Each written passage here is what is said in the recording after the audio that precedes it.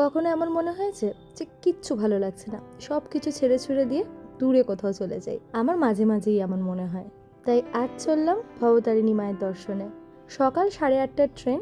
আমি বাইক বুক করে বেরিয়ে পড়লাম শিয়ালদা স্টেশনের উদ্দেশ্যে।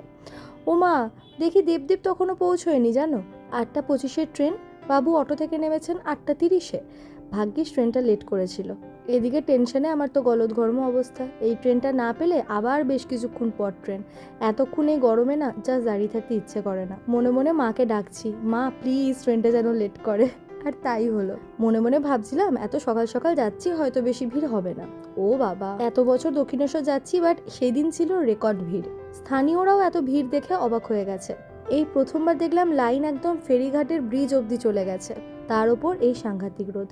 মনে মনে ভাবছিলাম কতই না হয়রানি হবে, বাট মায়ের কৃপায় খুব একটা কষ্ট হয়নি। এই দূর থেকে মায়ের মন্দিরটা দেখলেই এক অদ্ভুত শান্তি আসে মনে। এখন গ্যাসের ক্রাইসিসের জন্য ভোগ প্রসাদটা লিমিটেড করে দেওয়া হয়েছে।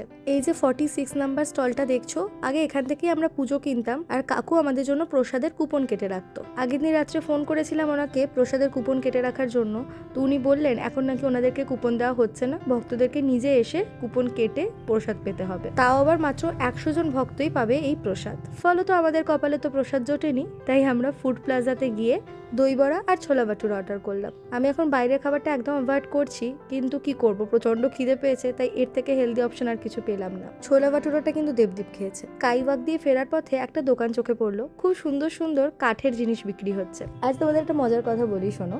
আমি না আগে মা কালীকে খুব ভয় পেতাম। দাঁড়াও, গল্পটা ঢোকার আগে আরেকটা ছোট্ট ইনফরমেশন দিয়ে রাখি।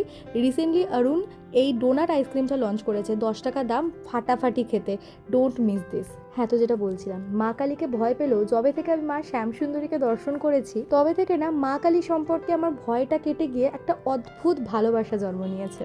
তো যাই হোক, ফেরার পথে আমার ফোনের চার্জারটা খারাপ হয়ে যাওয়ায় একটা চার্জার কিনলাম, আর দেবদীপের ঘাড়ে চাপিয়ে দিলাম একটা 5 কেজি ওজনের তরমুজ। ভাই, এই গরমকালে তরমুজ খেতে যে আমার কি ভালো লাগে কি বলবো। আমার সরল মনে একটা প্রশ্ন এলো, কাপলরা একসাথে দক্ষিণেশ্বরে গেলে কি সত্যি ব্রেকআপ হয়ে যায়?